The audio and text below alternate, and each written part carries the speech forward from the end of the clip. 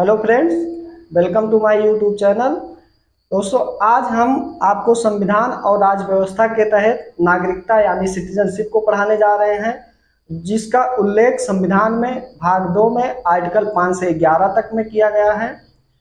इसके तहत हम क्या क्या चीज़ों का अध्ययन करने वाले हैं उसको भी देख लेते हैं। तो इसमें हम यह जानने का प्रयास करेंगे कि नागरिक कौन होते हैं और विदेशी नागरिक कौन होते हैं। उसके बाद फिर नागरिकता से संबंधित जो संवैधानिक उपबंध है आर्टिकल 5 से 11 तक उनको भी देखेंगे, और साथ ही साथ नागरिकता संशोधन अधिनियम 1955 जिसमें हमें नागरिकता अर्जन के 5 तरीके बताए गए हैं उनका भी अध्ययन करेंगे, और समापन 3 तरीके से नागरिकता समाप्त की जा सकती है उसका भी अध्ययन हम इसी के तहत करेंगे। उसके बाद एनआरआई कौन होता है, पीआईओ कार्ड क्या होता है, ओसीआई कार्ड किन्हें जारी किया जाता है, और साथ ही साथ सीएए क्या है, एनआरसी का क्या मुद्दा है, एनपीआर किसे कहते हैं। इन सब चीज़ों का भी अध्ययन हम एक एक करके देखते हैं। तो आइए सबसे पहले हम यह जानने का प्रयास करते हैं कि नागरिक कौन होते हैं और विदेशी नागरिक किसे कहते हैं। नागरिक वह होते हैं जिन्हें किसी भी आधुनिक राज्य में 2 तरह के व्यक्ति रहते हैं। एक होते हैं जो देश के होते हैं और दूसरा जो होते हैं वो विदेशी होते हैं। जो देश के होते हैं उनको नागरिक बोलते हैं और जो विदेश से आते हैं उनको विदेशी बोलते हैं। तो जो नागरिक होते हैं देश को, उनके कुछ राजनीतिक एवं नागरिक अधिकार प्रदान किए जाते हैं। नागरिक अधिकार यानी सिविल राइट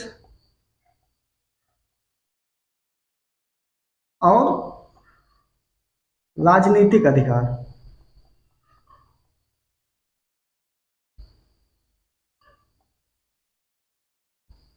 पॉलिटिकल राइट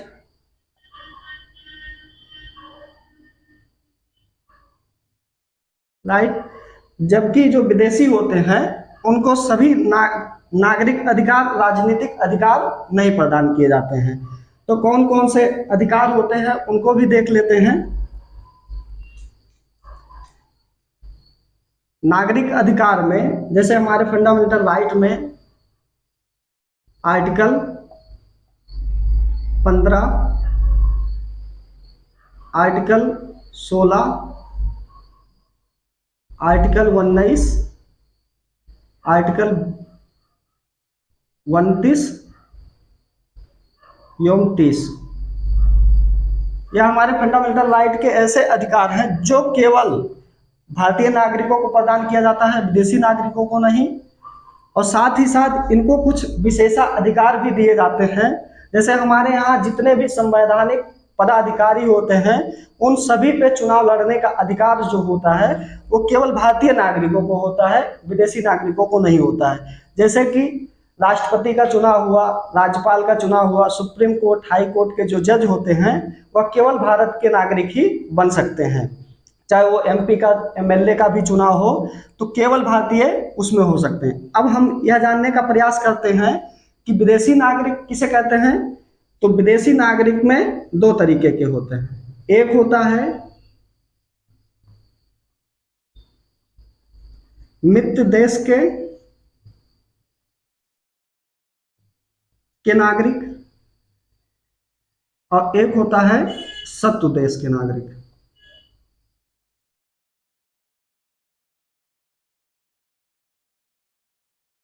मित्र देश के नागरिक उन्हें कहते हैं जिनके साथ हमारे देश के अच्छे संबंध हो, सकारात्मक संबंध हो, तो उन्हें हम मित्र देश के नागरिक कहते हैं। और शत्रु देश के नागरिक उन्हें कहते हैं जिससे हमारे देश का युद्ध चल रहा हो तो उनको हम शत्रु देश के नागरिक के रूप में जानते हैं। उसके बाद फिर कुछ फैक्ट्स को देख लेते हैं।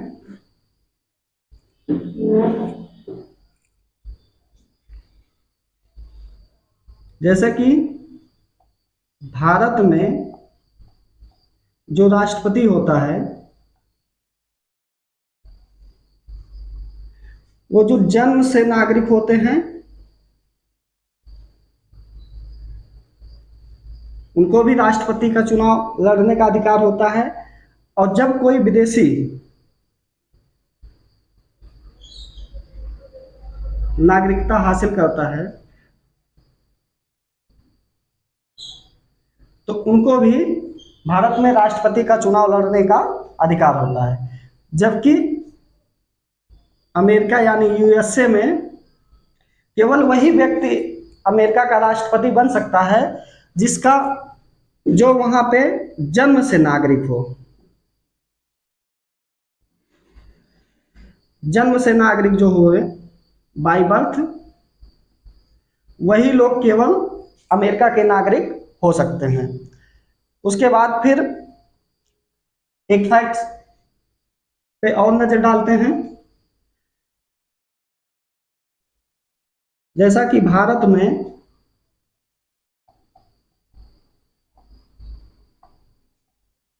एकल नागरिकता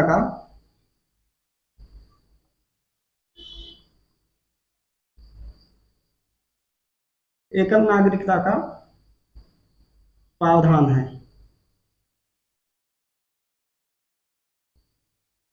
जबकि वही दूसरी ओर अमेरिका में यूएसए में दोहरी नागरिकता है। एक जो व्यक्ति राज्य का नागरिक है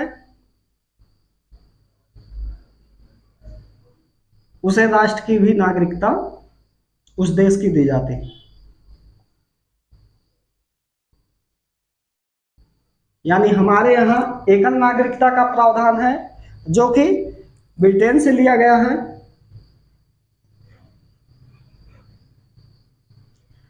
अमेरिका से नहीं लिया गया है। और अमेरिका में दोहरी नागरिकता का कॉन्सेप्ट है। तो उसके बाद फिर हम आगे देखते हैं।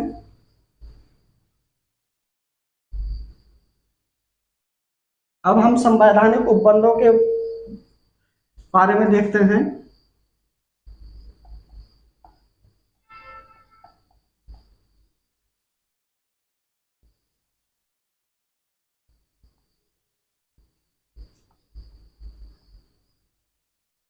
कॉन्स्टिट्यूशनल प्रोविजन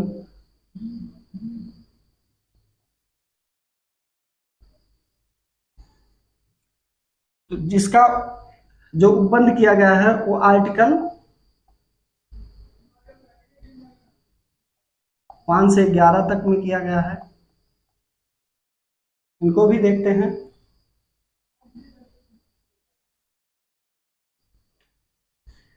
तो संवैधानिक उपबंध कॉन्स्टिट्यूशनल प्रोविजंस जो है 5 से आर्टिकल 5 से 11 तक में, उनमें जो आर्टिकल 5 में जो नागरिकता संबंधी प्रावधान किए गए हैं, तो जैसा कि आपको पता है कि 15 अगस्त 1947 को हमारा देश आज़ाद हुआ।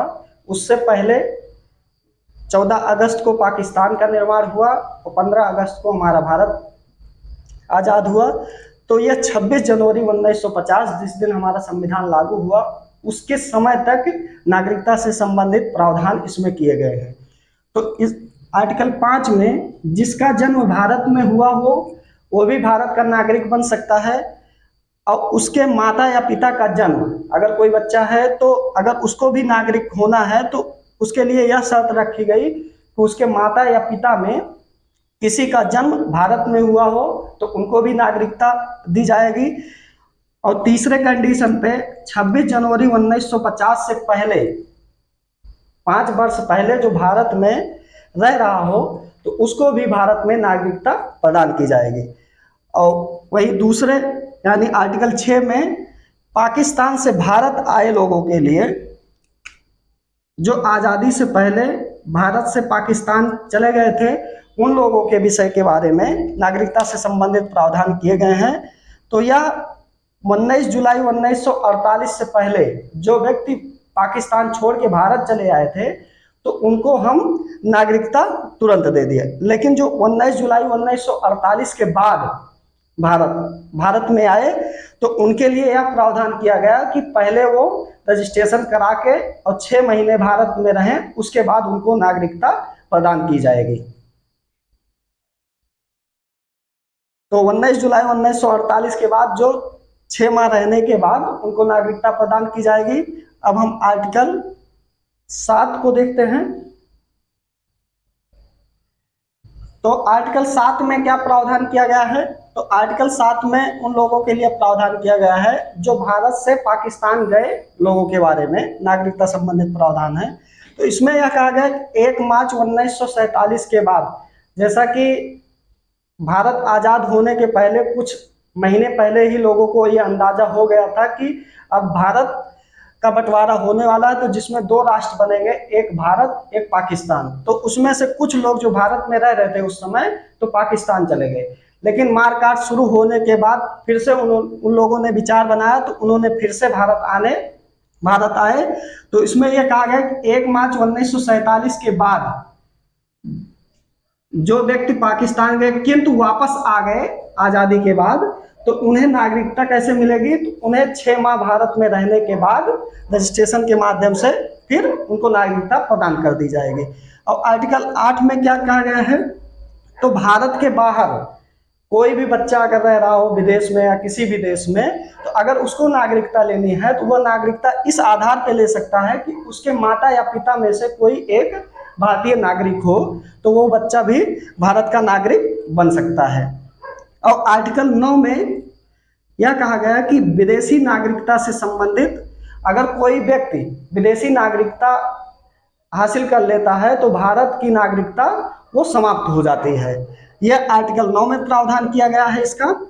और आर्टिकल 10 में नागरिकता का बना रहना, कि भारत में अगर नागरिक बने रहना है तो भारत में देश विरोधी कोई गतिविधियों में संचालन नहीं करना है। जैसे मान लीजिए भारत पाकिस्तान का युद्ध चल रहा हो, तो कोई व्यक्ति अगर पाकिस्तान जिंदाबाद के नारे लगाएगा तो उसकी नागरिकता खत्म कर दी जाएगी, उसको देशद्रोह के तहत।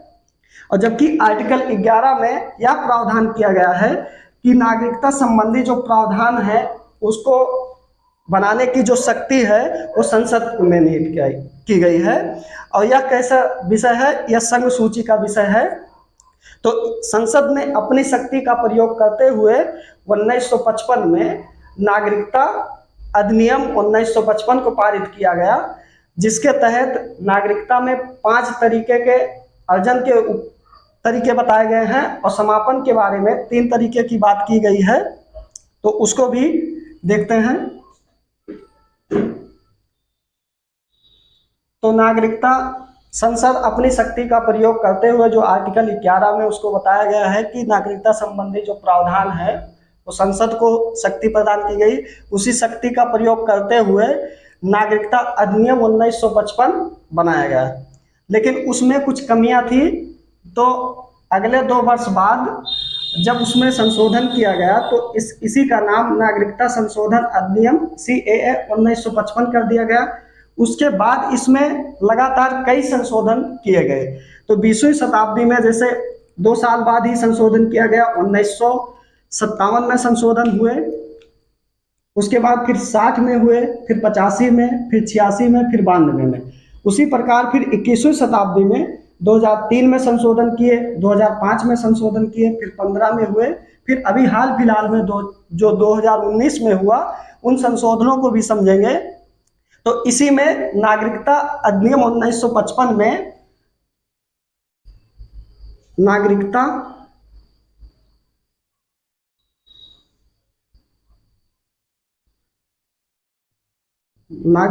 अर्जन के 5 प्रकार बताए गए हैं। किन किन प्रकार से नागरिकता अर्जन की जा सकती है, और नागरिकता का